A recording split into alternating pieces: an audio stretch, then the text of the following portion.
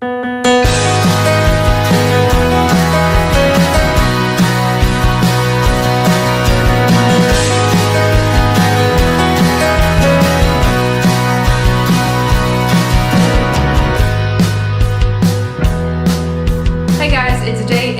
NaNoWriMo, and I am going to give you a recap of my first week and how it went. So it's officially week 2, which means I survived week 1.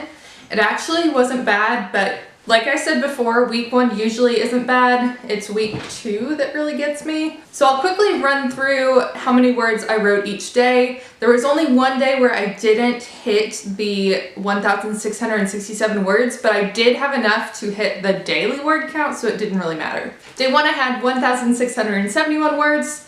Day 2 I wrote 1,779 words. Day 3 I wrote 2,049 words. Day 4, I wrote 1,673 words. Day 5, I wrote 1,954 words. Day 6, I wrote 1,057 words. And then day 7, which was yesterday, I wrote 1,670 words. So my total as of last night was 11,846. Which is pretty good. I didn't get as much of a lead as I wanted to, but I'm just happy that I'm ahead a little bit. So I thought about what I wanted to cover in these recap videos, and basically what I'm going to do is kind of give a summary of what's working best for me in terms of writing conditions, and then I'm going to talk about the good things that have been happening, and then the struggles, and then I will have my goals for the upcoming week. So I'll have my goals for week 2 as well.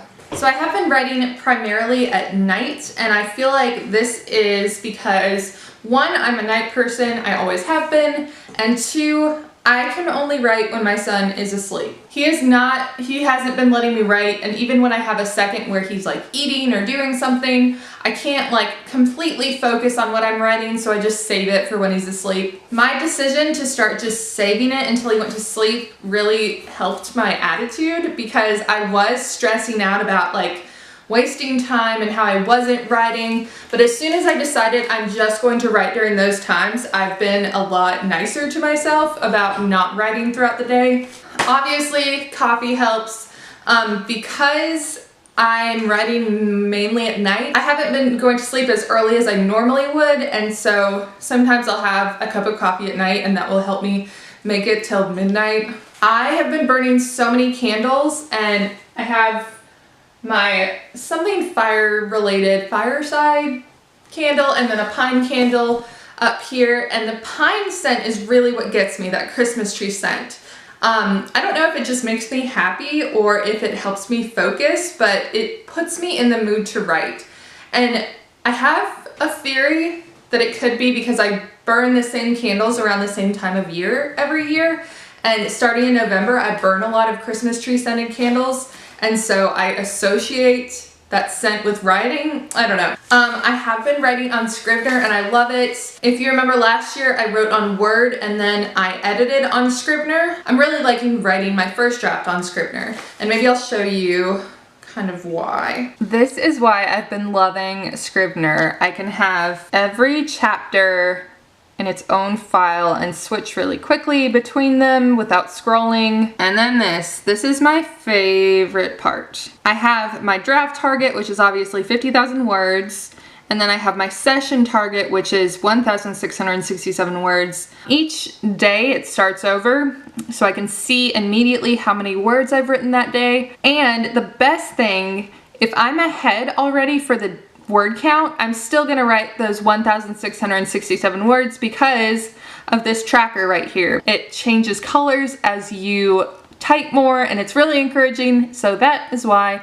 I am loving Scrivener. Okay, I'll start with the things that are going well. I'm on track. I haven't been behind at all. Most days I'm writing above the ideal word count, and I knew that would be the case because the first week I always have more to say. I do feel more confident this year than I have any other year, even though I'm not as emotionally tied with the story, which I'll talk about in a second. But I just feel like I have done this several times, and I have been through like every stage with my last novel. I you know, had the idea, I planned it out, I wrote the first draft, I edited, I got it beta read, and that helped me so much because in that process, I saw that you can make something really awesome out of a crappy first draft. Like, there are so many great things that you can do, and editing for me is so much fun.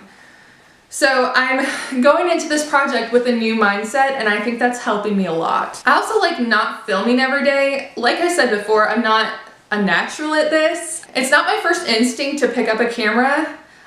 Doing this started kind of as a challenge for me because I'm really introverted and I wanted to push myself and put it out there in the universe that this is my goal, this is what I'm trying to do.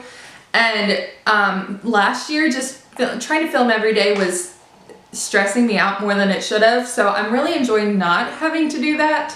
But I was also looking forward to filming this update and thinking about things that I could include, and so I think this is the way to do it. I like the reflective aspect of it, that you have to think through like what's going well, what's not going well, and I think that'll help because going into the next week I'll have a better mindset. I'll know more about what I should be focusing on and what I shouldn't be focusing on. Another good thing that's happening, writing is making me very happy, just like it always does. It seems like I should be writing every day of the year, but I often let myself talk myself out of it because I have other things to do and I need to be with my son, and I just feel like I'm being selfish when I'm writing. But every November I remind myself why I do this, and it just makes me kind of sad that I can't. I'll go through phases throughout the rest of the year where I'm writing or editing a lot one week and then not really the next week, and I just wish I could be consistent.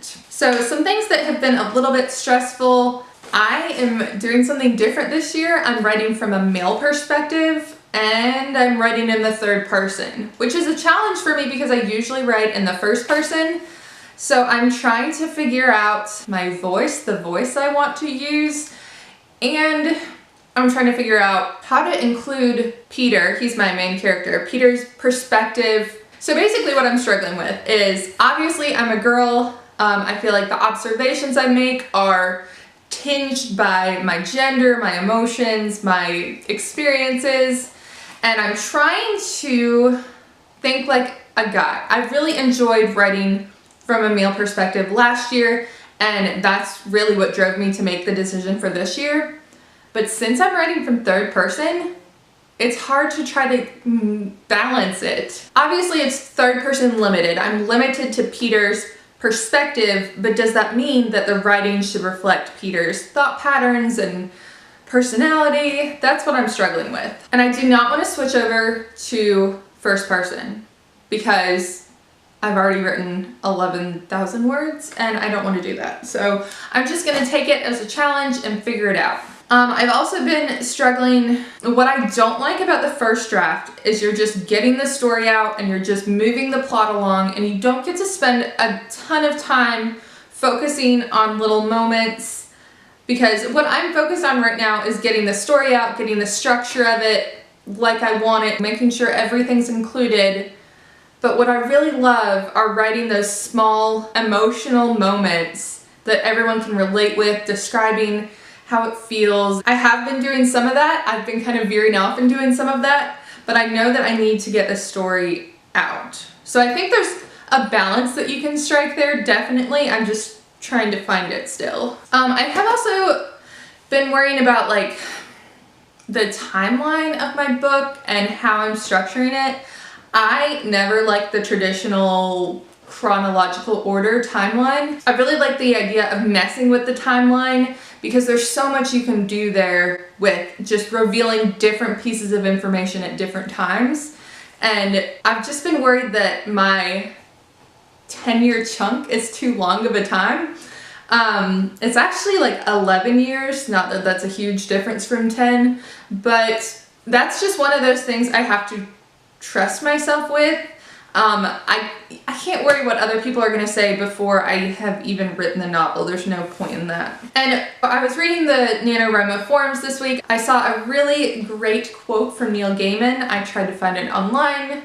I could not, but I did find another great quote from him. I seriously love everything that he writes. So this quote came to me in a great time because I was not feeling inspired and I felt like I was just going along, just trudging through, trying to get the structure of the story out, and I was like, this is the most boring thing I've ever written.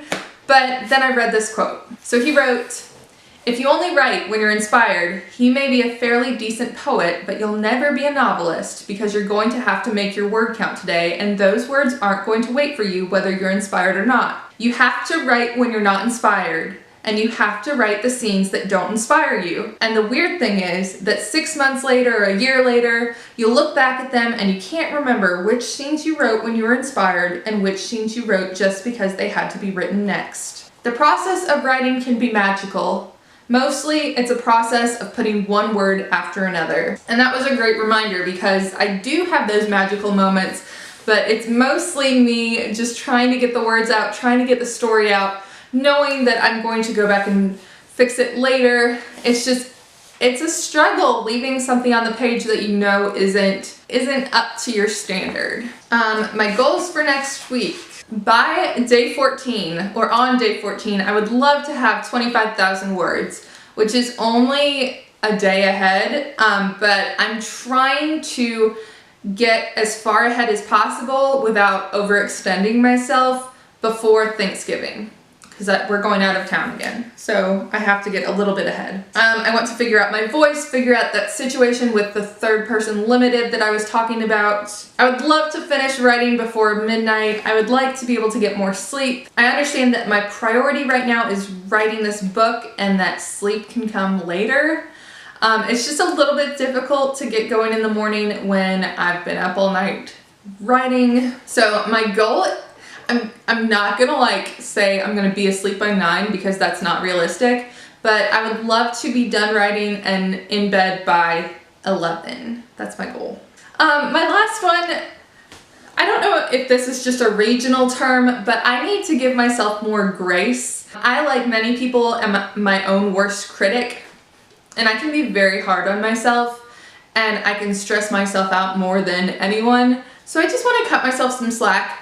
I need to tell myself that I'm doing a good job and that, you know, I've been writing for years, and that's something that's awesome because it's something that I wanted to do for so long. And I've really been practicing and honing my craft, and I'm putting myself out there. I haven't put myself out there in terms of sending my novels out, which is coming up next, but I need to be happy for myself that I'm finally doing all of these things because this is what I wanted and I should be proud of myself. If this was someone in my life who was doing this for themselves, I would be so proud of them and so happy for them. So I need to do the same thing for myself. So I hope you guys had an awesome first week of NaNoWriMo. Let me know in the comments if you are on target. I've been checking to see my writing buddies' word counts. I had to stop for a little bit because people were way ahead of me and it was making me a little subconscious, but I saw that a lot of people were doing really well, and so congratulations on that. If you're behind, you still have plenty of time to catch up. Trust me, I know. I'm going to leave you with one more quote from Mr. Gaiman. He said, "The world always seems brighter when you've just made something that wasn't there before." Thank you guys for watching. I will see you next time.